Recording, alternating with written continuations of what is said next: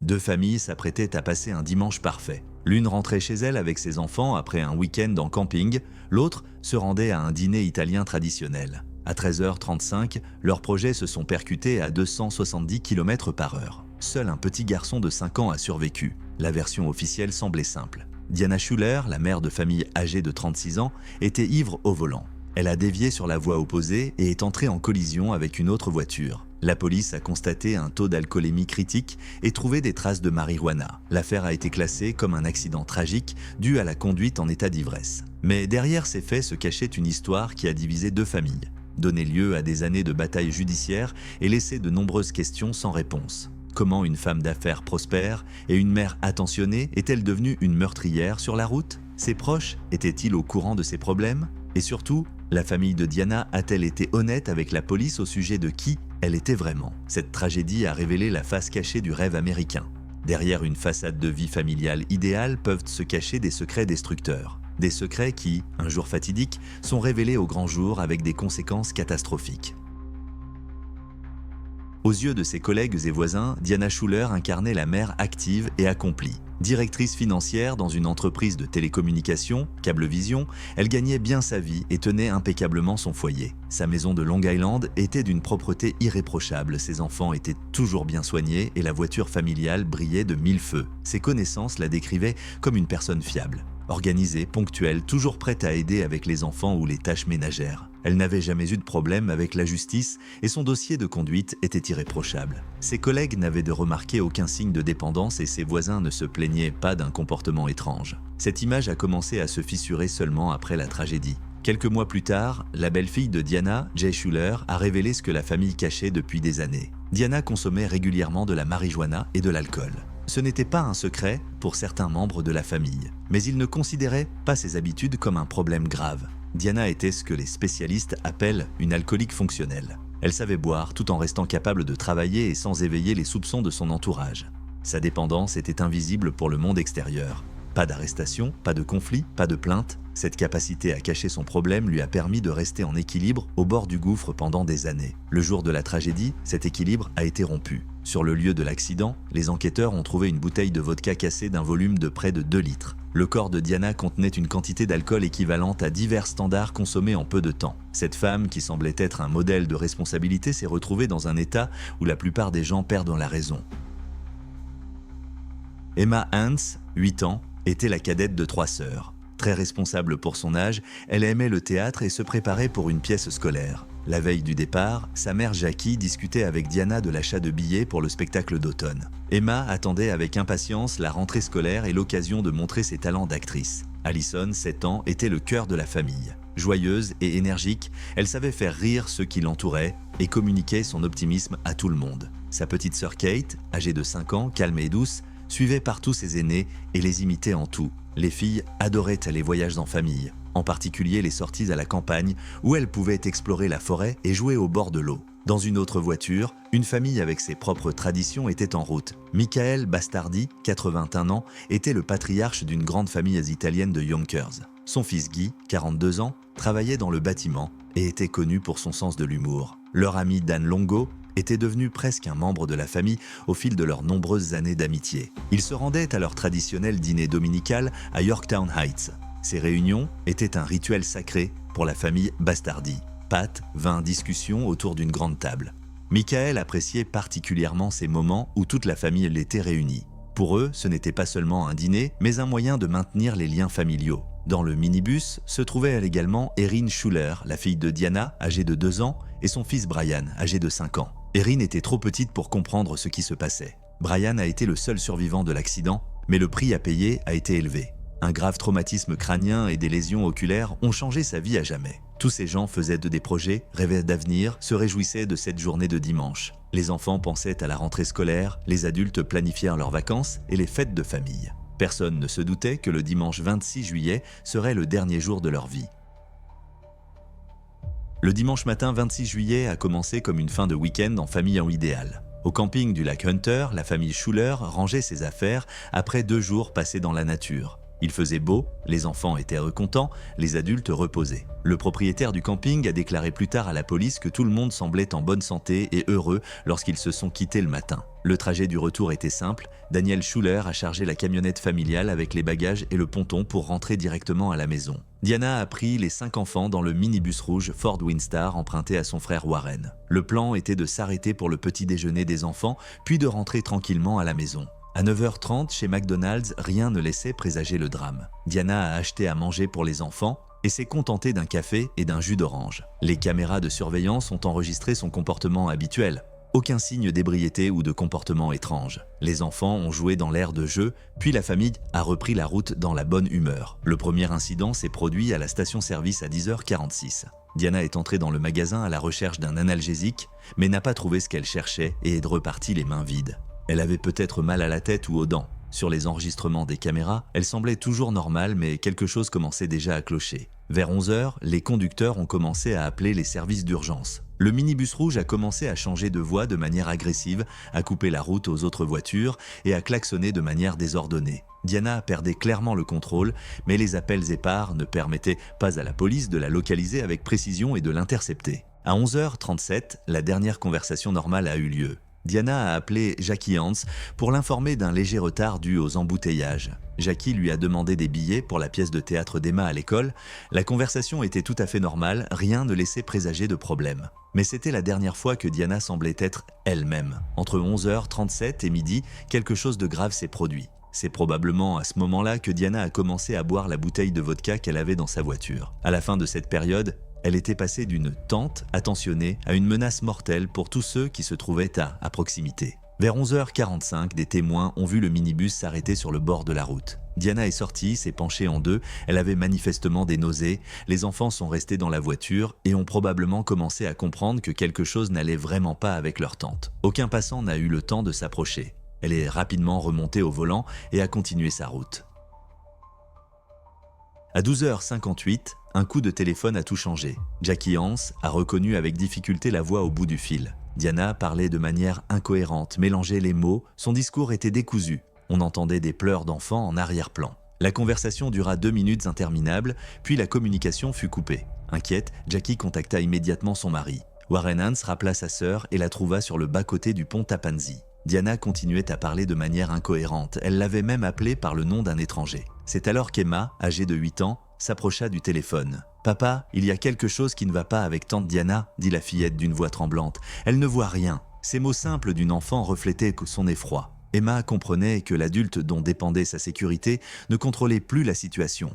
Warren demanda à sa fille de lire les panneaux routiers afin de savoir où il se trouvait. Il ordonna à Diana de ne pas bouger et monta dans sa voiture. Le trajet durait environ 1 heure. Dans la panique, il n'a pas pensé à appeler la police, espérant arriver à destination par ses propres moyens. Cette décision fatidique a coûté la vie à 8 personnes. Diane n'a pas obéi.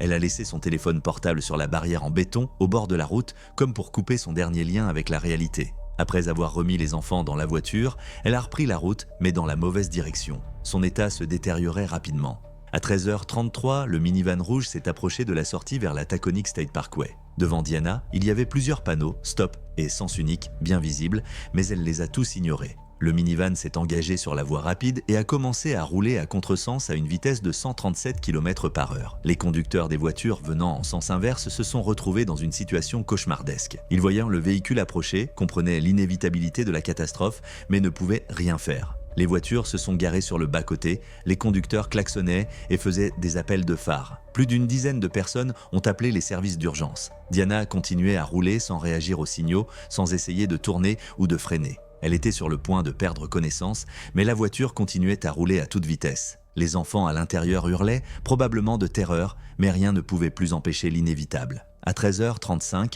exactement 2 minutes après avoir pénétré dans la voie opposée, le minivan est entré en collision frontale avec un SUV Chevrolet Trailblazer. Le choc a été si violent que le Trailblazer a été projeté contre une 3e voiture. La circulation sur la voie nord s'est immédiatement arrêtée. La police de l'État de New York est arrivée sur les lieux en quelques minutes, mais il était déjà trop tard pour aider qui que ce soit. 7 personnes sont mortes sur le coup, une 8e a succombé à ses blessures à l'hôpital. Seul Brian Schuler, âgé de 5 ans, a survécu, mais avec des blessures qui ont changé sa vie à jamais. Les enquêteurs expérimentés ont immédiatement compris qu'il ne s'agissait pas d'un accident ordinaire. Une bouteille de vodka Absolut de 1,75 litre était brisée dans le minivan accidenté. Malgré les dégâts, l'odeur d'alcool était perceptible. La nature de la collision, la trajectoire des véhicules, les témoignages des témoins, tout indiquait que le conducteur était en état d'ivresse avancée. L'analyse toxicologique a confirmé les pires soupçons. Le taux d'alcool dans le sang de Diana était de 0,19%, soit 2,4 fois la limite autorisée. 6 grammes d'alcool non assimilé ont été trouvés dans son estomac, ce qui signifie qu'elle avait récemment consommé une dose énorme. Cela équivaut à 10 portions standards de vodka ou de bière consommées en peu de temps. L'analyse a également révélé des traces de marijuana. Les experts ont déterminé que la drogue avait été consommée entre 15 et 60 minutes avant l'accident. Le tableau qui se dessinait était celui d'une personne qui, dans les dernières heures de sa vie, avait pris un mélange mortel d'alcool et de drogue, puis avait pris le volant avec 5 enfants à bord. Un médecin légiste a procédé à une autopsie approfondie, mais n'a trouvé aucune maladie qui aurait pu expliquer le comportement de Diana. Aucun signe d'accident vasculaire cérébral, de crise cardiaque, d'anévrisme ou d'autres états aigus. Le dentiste a confirmé qu'elle n'avait pas de problème dentaire grave susceptible de provoquer une douleur intense.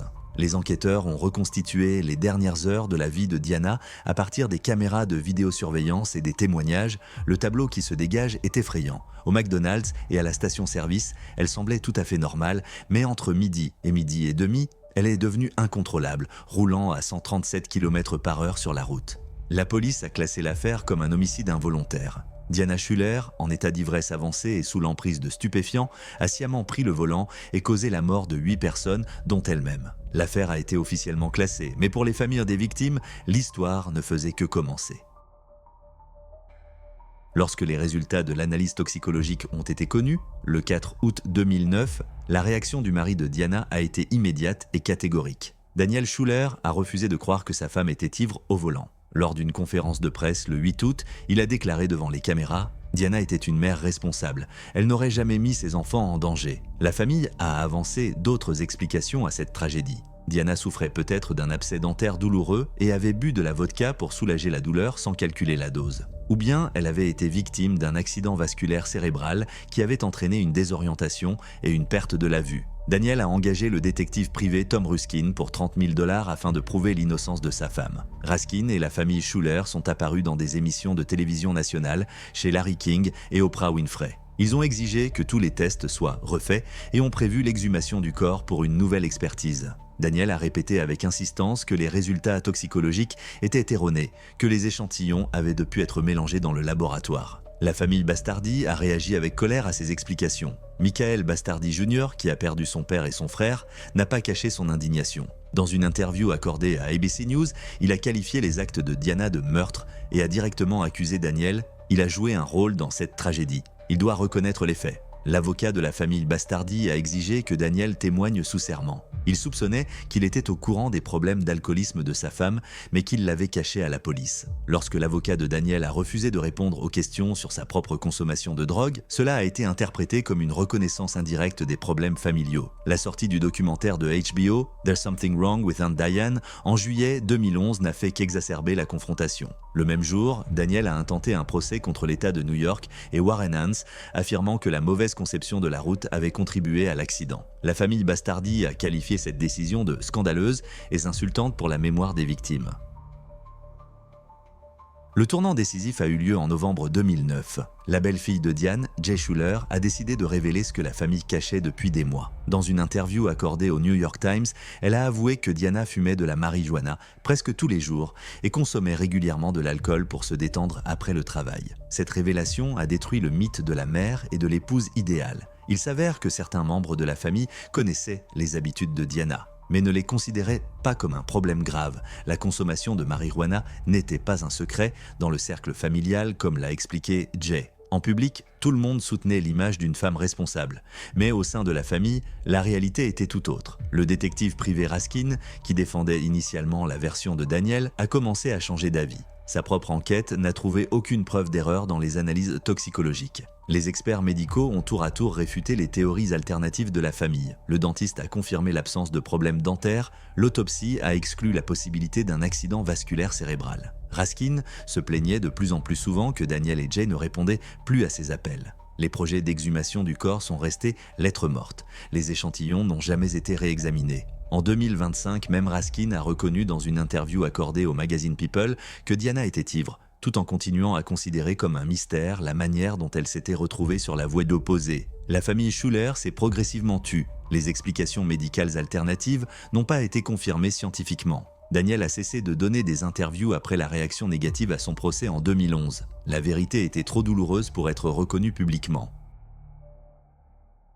Le 18 août 2009, le procureur du comté de Westchester a annoncé une décision qui a déçu beaucoup de monde. Aucune accusation pénale ne serait retenue. La raison était formellement correcte, mais moralement insatisfaisante. Diana Schuller était décédée dans un accident. Selon les lois de New York, on ne peut juger les morts, aussi graves que soit leur crime. La police a classé l'accident comme un homicide involontaire, mais l'absence de suspect vivant rendait toute poursuite pénale inutile. Le seul espoir de justice résidait dans les tribunaux civils, où les normes en matière de preuves sont moins strictes. La famille Bastardi a été la première à intenter une action en justice contre la succession de Diana et Warren Hans, propriétaires du minivan. Elle réclamait une indemnisation pour comportement délibéré et imprudent ayant entraîné la mort de 3 proches. Jackie Hans a déposé sa propre plainte en juillet 2011, affirmant que ses filles avaient vécu l'horreur et la peur d'une mort inévitable. Toutes les affaires civiles ont été réglées en juillet 2014 dans le cadre d'une procédure strictement confidentielle. Les montants exacts des indemnités n'ont jamais été divulgués.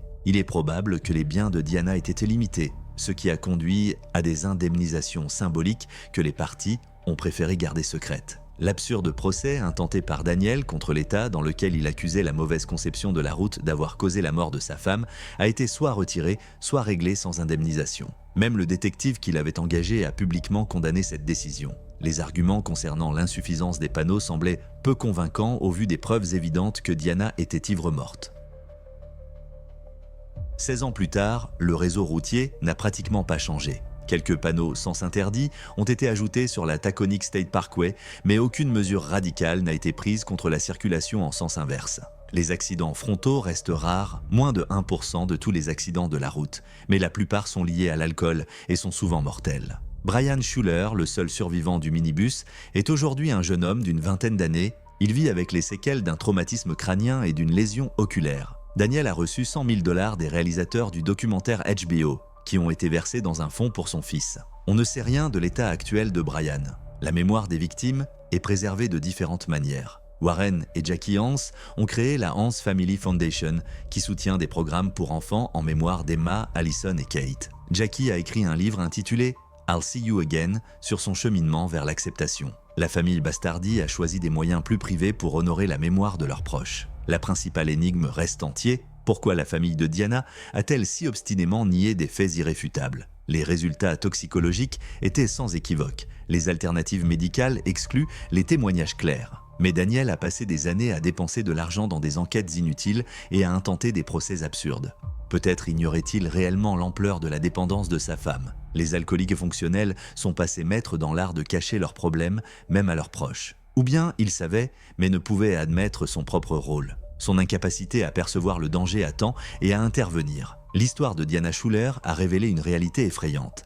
Derrière une façade de bien-être peuvent se cacher des secrets destructeurs. Elle a montré comment une dépendance peut rester invisible pendant des années jusqu'à ce qu'elle mène à une catastrophe. Elle a également démontré le pouvoir destructeur du déni, qui empêche de reconnaître la vérité même face à une tragédie. Aujourd'hui, les voitures continuent de rouler à toute vitesse sur la Taconic State Parkway, à la même vitesse que Diana dans les dernières minutes de sa vie. Mais les 8 personnes qui ont perdu la vie ici nous rappellent la fragilité de la vie et comment une seule mauvaise décision peut détruire de nombreux destins en quelques secondes.